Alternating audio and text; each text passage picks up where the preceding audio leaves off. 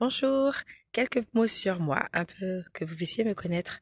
Alors, comment je suis arrivée à la naturopathie? Alors, c'est une longue histoire. Ça a commencé déjà dans mon enfance. J'ai la chance d'avoir des parents qui s'intéressaient à la médecine naturelle et j'ai grandi dès mon enfance avec le végétarisme. On se soignait avec des plantes, voilà, et on a toujours privilégié tout ce qui était naturel pour être en bonne santé. Et puis, quand j'ai grandi, quelques années plus tard, une opportunité a fait que j'ai eu l'occasion de travailler dans un magasin bio, qui était à Marseille, et qui s'appelait le Country Life. Et donc, c'était un magasin bio qui avait aussi un restaurant végétarien. Et dans ce magasin, il y avait une naturopathe qui formait le personnel pour qu'ils puissent euh, bien conseiller les personnes dans le magasin. Et c'est comme ça que j'ai découvert ma vocation. Alors, je me suis rendu compte que ça pouvait être très utile, que la nature avait été très bien faite, que nous-mêmes nous avions été très bien faits et qu'il y avait vraiment une belle correspondance entre ce qu'on trouvait dans la nature et notre fonctionnement physiologique de notre corps humain. Alors, du coup, je me suis dit, mon objectif c'était premièrement, de mieux comprendre ce que j'avais appris dans mon enfance de façon sans vraiment me rendre compte et de pouvoir le transmettre à d'autres, mais le rendre vraiment accessible. Et mon idée, c'était de me dire que la frange de la population qui est peut-être le moins instruit ou qui a les ressources financières les plus basses doivent pouvoir se soigner aussi naturellement s'ils en ont envie, avoir des conseils de diététique pour manger sainement et préserver leur santé tout autant que les autres. Donc je me suis dit, je vais essayer de moi-même aller me former. Donc j'ai fait une école qui était dans la ville de Hyères, dans le Var, une formation pour adultes qui était au lycée agricole de Hyères et dont le directeur était un chercheur du CNRS. Et donc, j'ai appris déjà à connaître le corps, la physiologie, l'anatomie, à comprendre aussi les maladies, à comprendre aussi les plantes, connaître les plantes, savoir quelles plantes sont bonnes pourquoi, apprendre la diététique aussi. J'ai appris également des massages. J'ai appris aussi à connaître les huiles essentielles. J'ai appris beaucoup de choses en fait durant cette école. On a travaillé sur beaucoup de thèmes, il y avait beaucoup de matières, c'était très riche. Ça m'a enrichi et j'ai continué après à lire, à acheter beaucoup de livres pour me former, pour comprendre différents fonctionnements des maladies, les mécanismes de soins aussi. Et je me suis par exemple inspirée d'auteurs comme le docteur Cousins qui s'est spécialisé dans le diabète, d'un autre docteur qui a fait la plus grande étude mondiale sur la diététique, la China Study, qui s'appelle, son famille c'est Campbell, vous pouvez trouver sur internet, chercher, qui parle vraiment le lien entre la diététique et l'alimentation et qui vraiment explique que l'alimentation moderne qu'on a aujourd'hui avec l'excès de consommation de viande, de graisse animale a un impact néfaste sur notre santé et sur beaucoup de maladies. Après, on fait une grosse étude mondiale, voilà, la plus grosse étude mondiale faite dans ce domaine. J'ai lu d'autres livres aussi par d'autres médecins, notamment aussi un livre qui parle de comment soigner la maladie d'Alzheimer, qui a été fait par des chercheurs, des neurologues aux États-Unis. Et puis, j'ai encore plein d'autres livres comme ça que j'ai lus sur chaque maladie pour en savoir un peu plus et connaître les thérapeutiques les plus poussées dans chaque domaine et afin de pouvoir mettre ces connaissances au profit des personnes que je suivrai et que je suis. Et j'ai déjà pu voir pas mal de bons résultats sur beaucoup d'entre eux. Et donc, du coup, c'est dans cet état d'esprit de partage, de transmission et de vraiment le rendre accessible le plus possible. Même, j'ai proposé même des consultations gratuites pour les personnes les plus démunies, de sorte à ce qu'il n'y ait pas de frein pour que ceux qui sont en difficulté avec une problématique puissent chercher une thérapeutique adaptée à leurs besoins. Bien entendu, je ne suis pas médecin, donc ça n'empêche pas d'avoir un diagnostic fait par un médecin et des conseils et des choses mises en place par le médecin.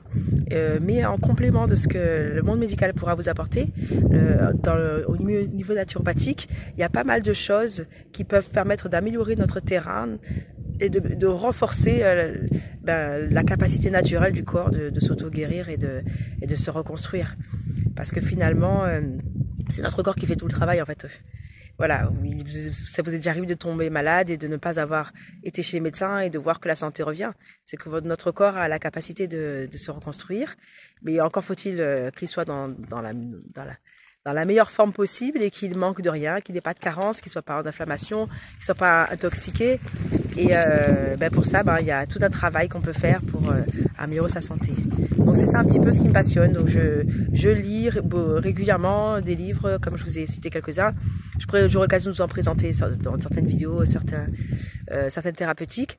Et puis je me forme et puis je m'intéresse à ce que les autres font aussi, parce que je pense qu'il faut être très ouvert dans ce domaine et avoir beaucoup d'humilité, parce que voilà, on fait le maximum pour notre vie, pour notre santé, mais parfois il y a un long chemin à rattraper après des habitudes prises par nous, mais aussi par nos parents avant qu'on arrive et qui nous ont transmis tout un tas de choses, et c'est pas toujours évident, mais je vois que ce qu'on appelle l'épigénétique, c'est-à-dire toute la mise en place d'un environnement sain, peut vraiment influer et faire pencher la balance du point de vue de la santé pour des personnes qui auraient à la base un terrain génétique qui favoriserait certaines maladies.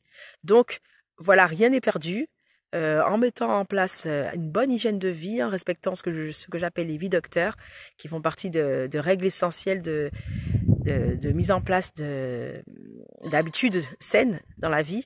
Et après, le cas échéant, si on tombe malade, en respectant aussi certains principes et en utilisant une diététique adaptée et des plantes et de l'exercice physique et toutes les autres thérapeutiques, on peut revenir de loin, on peut sortir de problèmes qui semblaient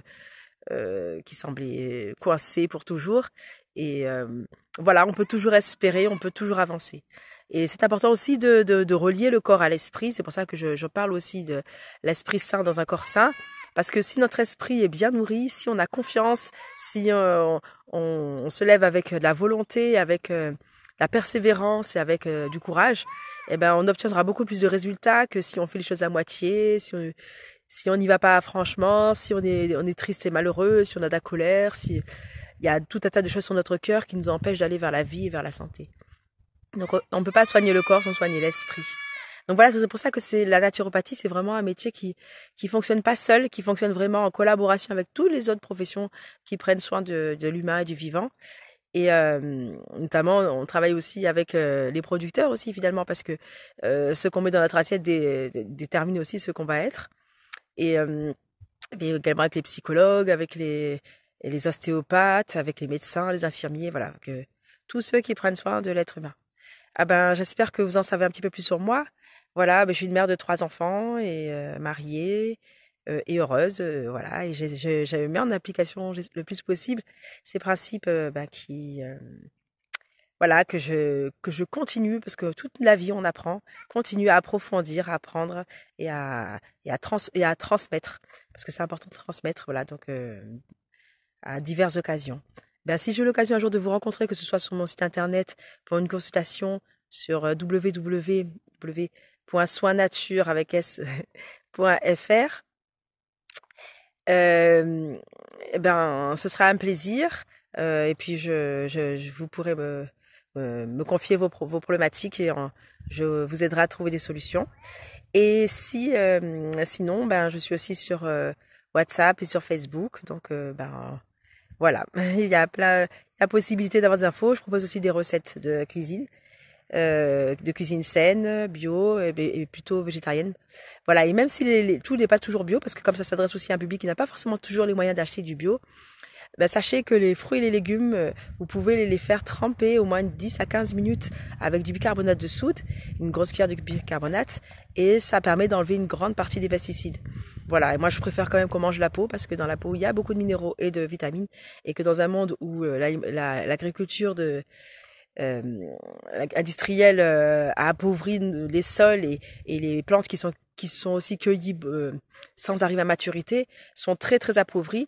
On a tendance à être très carencé. Alors, c'est important de pouvoir, si on n'a pas la possibilité d'avoir un potager ou d'acheter bio, de pouvoir en tout cas manger des légumes, manger des fruits, et manger tous les types d'aliments qui sont bons pour l'humain, de qualité, et cuisiner de la bonne façon et en évitant trop de mélange. Voilà, ben, j'espère que vous en savez un peu plus sur moi. Et puis je vous souhaite une bonne journée. Si vous avez aimé ma vidéo, n'hésitez pas à mettre un like, ça me soutient, ça c'est toujours agréable. Et puis mettez un petit commentaire, ça fait plaisir aussi de vous lire, de savoir vos retours. Et puis sinon, abonnez-vous et puis comme ça vous ne louperez aucun de mes conseils, aucune de mes vidéos. Ben, je vous dis à très bientôt.